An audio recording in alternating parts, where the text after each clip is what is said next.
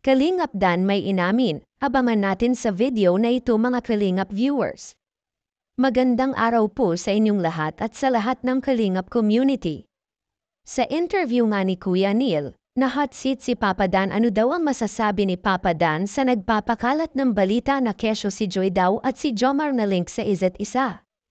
At meron pa nagsabi na si Joy at Edu naman, lahat na lang na madikit o makasabay ni Joy na lalaki ay nilalagyan na ng mali siya na pinagtanggol naman ni Kalingap Dan si Joy. Na hindi naman ganong klaseng babae si Joy, at dito na nga niya sinabi na bakit hindi niyo nalang daw sa kanya i-link si Joy dahil sila naman ang laging magkasama. At sila pa ang love team, sila na lang daw ang pag-isipan ninyo na may relasyon. Huwag niyo na ilayo at i-link pa si Joy sa iba, na pag-isipan niyo pa na may karelasyon na iba. Nasagot niya sa tanong ni Kuya Neil, nakita kasi nila na minsan si Joy makasabay sa sasakyan ni Jomar o kay Edo.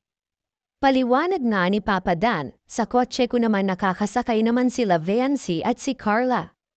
So ano daw ang problema, masama lang talaga sila mag-isip. Ang mga nag-i-intriga lang gusto lang siraan si Joy at mabash. Gusto nilang palabasin na masamang babae si Joy, sabi nga ni Papa Dan sa kanila ni Joy. What you see is what you get, kung saan man sila dalhin ng panahon. Bahala na daw kayo mag-isip, basta sila happy ang Dan Joy. Makikita naman natin sa kanilang pareho. Masaya si Dan sa sagot ni Joy na kung may pag-asa ba siya kay Joy.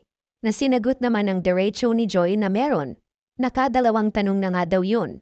Ang una daw ay si Kuya Brooks na tinanong din yan, sa ribbon cutting sa bahay ni Dayan, kung may pag-asa ba siya kay Joy. Hanggang sa muli po mga Kalingap viewers, maraming salamat po sa inyong lahat.